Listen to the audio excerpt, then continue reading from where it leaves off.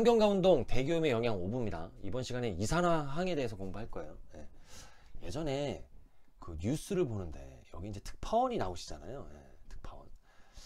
근데 제가 런던 특파원에 한번 꽂힌 적이 있어요. 왜냐하면 런던 특파원 분께서 그 베지색 바바리 딱 입고 나오셨는데 허리도 잘록하게 허리끝 딱 쪼맨 거지. 한 손은 주머니에 살짝 넣은 듯 만 듯 하면서 마지막에 이상 영국 런던에서 MBC 뉴스 태 선생님이 딱 이러는데 야 저거다. 와 너무 멋있더라고. 예.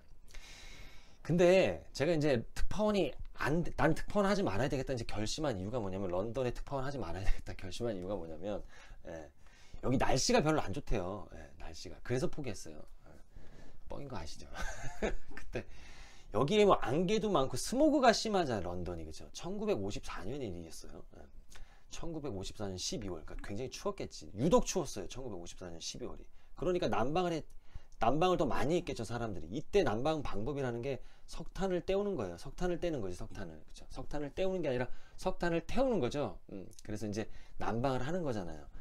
이 석탄, 뭐 석유 이런 게 연소하면서 대기 중으로 이산화황, 예, 이산화황이라는 거. 예, 요거는 한글 써 있으니까 제목으로 한글이 써 있으니까 이렇게 쓸까? 예, 요렇게. 예.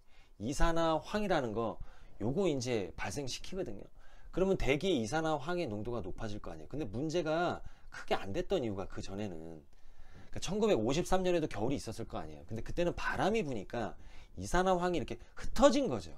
근데 하필 1954년 12월 요때는 바람이 불지 않은 거예요. 한 일주일 정도 바람이 안 불었어요. 그러니까 대기의 이산화황이 막 이렇게 밀도가 높아졌겠죠.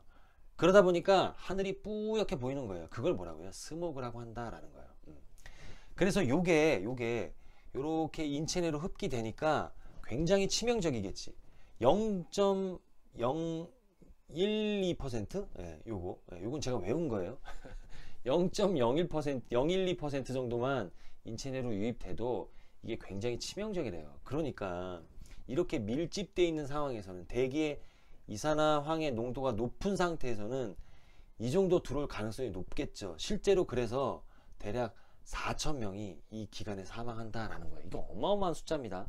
이 기간이 끝난 다음에 끝났다는 얘기는 바람으로 이게 흩어졌다는 얘기예요.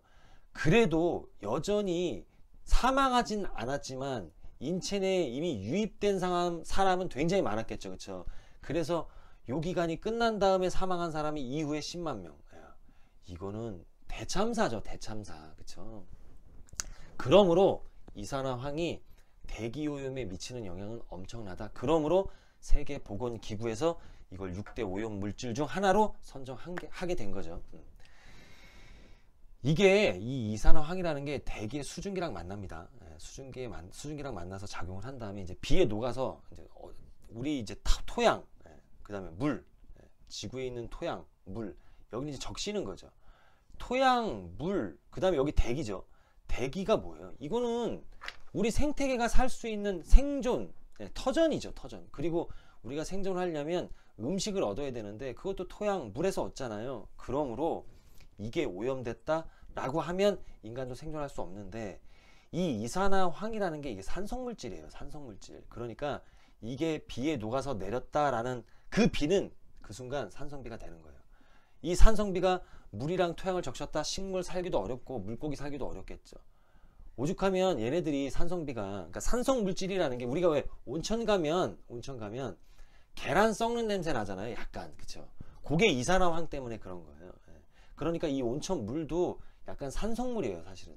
그러다 보니까 항균 효과가 있다라고 해서 피부 질환이 있는 사람들이 온천에 가면 그게 조금 뭐랄까 좀 완화되는 경향이 있잖아요. 그쵸?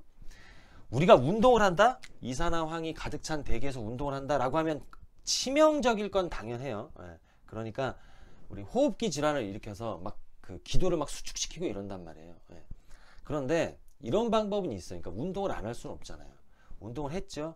그러면 이게 인체 내로 유입될 거예요. 그럼 인체 내로 이걸 배출시켜야죠. 그건 뭐예요? 환기하는 방법이에요. 환기. 그러니까 운동을 한 다음에 걱정이 되면 아니면 오염된 대기라고 판단이 되면 내가 오염된 대기에서 운동을 했다라고 판단이 되면 깨끗한 환경, 뭐 실내에 깨끗한 어떤 공간이 마련되어 있다면 그런 공간에서 과환기를 시도하는 거죠.